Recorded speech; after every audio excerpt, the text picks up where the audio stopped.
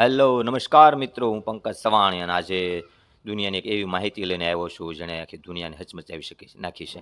અને જ્યારે એમનું બધાએ સાંભળ્યું છે કે એફસ્ટીન ફાઇલ રોજ આપ મેસેજમાં અને રીલ્સમાં અને ફેસબુક પર જ્યાં ત્યાં સાંભળતો કે એફસ્ટીન ફાઇલ, પણ ખરેખર એફસ્ટીન ફાઇલની હકીકત શું છે એ તમને હું આજે જણાવું છું કે પૂરો વિડીયો તમે આજે આખો સાંભળજો.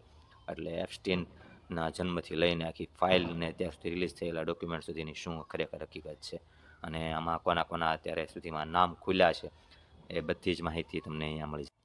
આ ફાઇલની અંદર મિત્રો અમેરિકાના બધા મોટા મોટા અરબપતિઓ, બોલિવૂડના સ્ટાર્સ, રાજકારણીઓ અને મોટા મોટા અભિનેતાઓ, મ્યુઝિક ડાયરેક્ટરના નામ ખુલ્યા છે. અને હજી ભારતમાં કોઈ વ્યક્તિનું નામ નથી આવ્યું, સારી બાબત છે. જોઈએ આગળ હજી ઘણી ડોક્યુમેન્ટ્સ આવવાના બાકી છે. તો સૌથી પહેલાં તો મિત્રો આપણે જાણી લઈએ કે એપ્સ્ટીન ફાઇલનો રચયિતા જેફરી એપ્સ્ટીન કોણ હતો.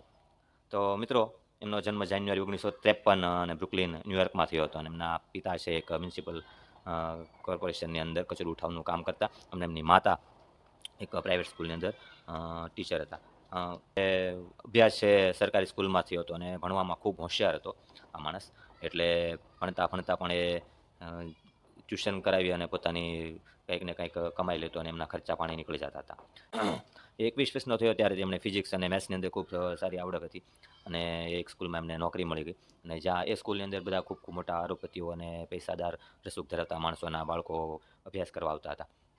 અને એમના આથી એમને આ પૈસાદાર વ્યક્તિઓના ઘર સુધી જવાનો મોકો મળતો, એમની પાર્ટીઓની અંદર સાથે જવાનો મોકો મળતો, જેથી કરી અને બધાની સાથે એમને મુલાકાત અને ખૂબ સારી ઓળખાણ થતી. પૈસાદાર વ્યક્તિઓની મહિલાઓ સાથે એમના ખૂબ સારા મિત્રતાના સંબંધ થતા અને એના કારણે એમને ખૂબ સારી ઓળખાણો મળતી. એમની હોશિયારીના કારણે તે અમીરોના ઘર સુધી અને એમના સાથે સારા સંબંધો પણ એમને થઈ ગયા અને એને વોલ સ્ટ્રીટ, અમેરિકાની ફાઇનાન્સ કંપનીનું સેન્ટર છે જ્યાં, ત્યાં સુધી એમને જવાનો મોકો મળી ગયો.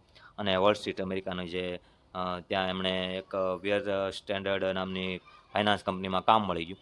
એના ફાઇનાન્સની તમામ માહિતી અને એવું રાખતો અને એમને એના માટે ખૂબ મોટી ફીસ પણ મળતી અને ફ્રોડ પણ ખોટા કરી અને ખૂબ પૈસા બનાવતો. અને એમનું એવી વગ હતી કે $1 બિલિયન હોય તો એવા જ ખાતા સંભાળતો અને એના કારણે ખૂબ મોટી ફી મળવાના કારણે એમને ખૂબ પૈસા બનાવ્યા. અને ન્યુયોર્ક અને પેરિસની અને અમેરિકાની અંદર એમને ખૂબ મોટા મોટા વિલાઓ અને બંગલાઓ અને ખૂબ માહિતી. એપ્સ્ટીન રંગીન મિજાજનો હોવાથી એમને મને ખૂબ પ્રેમિકાઓ પણ હતી અને એમની મુખ્ય એક પ્રેમિકા હતી ગિલેન મેક્સવેલ, જેમના પિતા બ્રિટનના સાંસદ રહી ચૂક્યા હતા. અને એના કારણે તેમને ત્યાં રાજકારણને મોટા મોટા રાજકારણો સાથે મળવાનો મોકો મળતો. અને આ સાંસદનું અમુક સમય મૃત્યુ થતાં એમને ગિલેન મેક્સવેલની મોટી કંપની હતી એમને સંભાળવાનો અને એમને મોકો મળી ગયો. અને એના કારણે બ્રિટનના ખૂબ મોટા મોટા ઉદ્યોગપતિઓ અને બ્રિટનના રાજઘરાના સુધી એમના સંપર્ક થઈ ગયા. અને ગિલેન મેક્સવેલના કારણે એમને ખૂબ મોટા મોટા માણસો સાથે ઓળખાણ થઈ. અને આ ઓળખાણ એ એપ્સ્ટીન છે એ પોતાના સેલ્સમેન તરીકે ઉપયોગ કરતો હતો. અને સામેવાળી વ્યક્તિને એવો ભરોસો આપતો હતો કે તમારા પૈસા છે એમને પૂરી રીતે સાચવશે અને એમને ખૂબ તમને સારી રીતે એમનું મેનેજમેન્ટ કરી આપશું. અને તમારા સગા સંબંધીઓ, આસપાસના વ્યક્તિઓ જ તમને આ પૈસાની તમને બીક છે તો એ એમને એવો દર બેસાડી અને આ પૈસાનો ખૂબ સારી રીતે વહીવટ કરી દેતો હતો. અને એના કારણે ખૂબ મોટી ફીસ મળતી અને ફ્રોડ પણ પાછળથી કરતો. એના કારણે એને ખૂબ પૈસા બનાવ્યા હતા. અને પેરિસની અંદર કેટલાય બંગલાઓ અને વિલાઓ એમણે રાખી લીધા. અને યુએસની અંદર વર્જિન આઇલેન્ડનો પ્રાઇવેટ રાખ્યો અને ત્યાં એક એમની પ્રાઇવેટ 2 જેટ પણ હતા. અને એમાં એપ્સ્ટીનની પહોંચ વ્હાઇટ હાઉસ સુધી પણ પહોંચી ગઈ. વ્હાઇટ હાઉસ એ સમયે બિલ ક્લિન્ટન અમેરિકાના રાષ્ટ્રપ્રમુખ બન્યા અને એપ્સ્ટીન વ્હાઇટ હાઉસની રિપેરિંગ માટે એમણે ફંડ આપ્યું, જેના કારણે બિલ ક્લિન્ટન સાથે એમને ખૂબ નજીકની દોસ્તી થઈ ગઈ. અને અમેરિકાની ઘણી બધી સંસ્થાઓ અને કોલેજોમાં ખૂબ મોટા દાન આપતો અને બધી જ પાર્ટીઓમાં એમને જવાનો મોકો મળતો, જેથી કોલેજના નાબાલિગ યુવતીઓ સાથે એમની મુલાકાત થતી. અને આ યુવતીઓને તે મસાજના બહાને એમના આઇલેન્ડ પર બોલાવતો અને મસાજ માટે $200 ચૂકવતો, જેના કારણે બધી પૈસાની ની જરૂરિયાતવાળી નાબાલિગ છોકરીઓ એમને ત્યાં આવતી અને એ મસાજના બહાના હેઠળ એમનું યૌન શોષણ પણ કરતો હતો. અને સાથે સાથે જાતી વખતે પૈસા આપતો અને એક ઓફર પણ આપતો કે જો બીજી છોકરીને લઈ આવશે તો એમને બહુ મોટું કમિશન મળશે. અને છોકરીઓની તસ્કરી કરી અને ત્યાં એ રાખતો અને એમનો અવાજ સાંભળવો બહાર કોઈ નહોતું. અને ધીરે ધીરે આ મોટા મોટા વ્યક્તિઓ અને પૈસાદાર વ્યક્તિઓને પણ તે છોકરીઓ સપ્લાય કરવાનું કામ પણ કરતો હતો. બિલ ગેટ્સ સાથે સાથે હાલના અમેરિકાના પ્રમુખ ડોનાલ્ડ ટ્રમ્પ સાથે પણ એમને ખૂબ સારી મિત્રતા હતી અને એમના ખૂબ ફોટોગ્રાફ સાથે એમની સાથે અને ખૂબ પાર્ટીઓમાં એની સાથે એમને જોવા મળતો હતો. લોકો આઇલેન્ડ ઉપર આવતા તો એમને આવવાનો ફક્ત એમની પોતાની એક ફ્લાઇટ હતી, એમના દ્વારા જ ત્યાં આવી શકતા. અને ત્યાં એમને તમામ પ્રકારની સુવિધાઓ પૂરી પાડતો અને સાથે સાથે બધાના ફોટોઝ ને વિડીયોગ્રાફ્સ બધું પણ ઉતારી લેતો હતો. જે લોકોને જાણ-બહાર એ બધું જ માહિતીઓ એ ભેગી કરતો હતો. યૌન શોષણના આરોપની અંદર એમને જેલને હવાલે જવું પડ્યું હતું અને જેલમાં ગયા પછી એમને ત્યાં રહ્યો અને 2 વર્ષની અંદર એમનું ભેદી મોત થઈ ગયું અને એવું જાહેર કરવામાં આવ્યું કે એમણે આત્મહત્યા કરી લીધી હતી.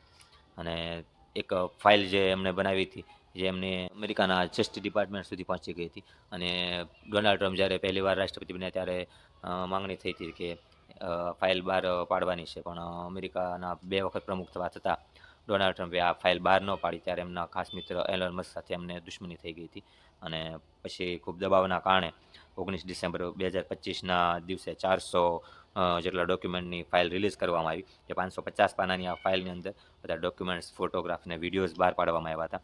જેમની અંદર ખૂબ મોટા ચર્ચિત નામો, જેને જ્યોર્જ એપ્સ્ટીન સાથે બેઠક ઉઠક હતી, એવા બધા નામો જેમના બહાર આવ્યા છે, એવા ડોનાલ્ડ ટ્રમ્પ, માઇકલ જેક્સન પણ, જેમાં એલોન મસ્ક, ટોની બ્લેર, ગૂગલના કો-ફાઉન્ડર સર્ગેય અને પીટરસન, પીપલના જેમણે બનાવ્યું હતું એ, અને આ બધાના, અને ભારતના મૂળના દીપક ચોપડાનું પણ નામ છે, જાદુગર ડેવિડ ફીડનું પણ એમાં નામ છે. તો આવા મોટા નામો સાથે એમણે ખૂબ વિલા ઉપર કાળા કામો કર્યા.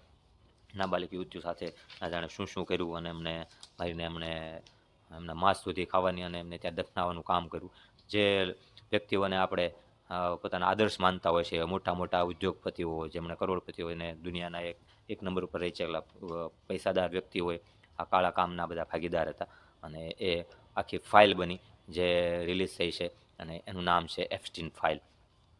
મહત્વની વાત તો એ છે આ ફાઇલની અને અમેરિકાની, કે ત્યાંની પોલીસ કે ત્યાંની જે સંસ્થાઓ છે કોઈ રાજકીય દબાવના હેઠળ કામ નથી કરતી. એના કારણે ફાઇલ બહાર પડી. જો ભારતની અંદર એવી કોઈ ફાઇલ હોત તો ક્યાંય દબાઈ ગઈ હોત. આપણે ઘણા નામ જોયા છે, સંજય ભટ્ટ જેવા, કે જેમની પાસે ખૂબ સારી માહિતીઓ અને ફાઇલો હોય, એમને દબાવીને ક્યાં ગુમનામીના હાલતમાં દબાવી દેવામાં આવતા હોય છે.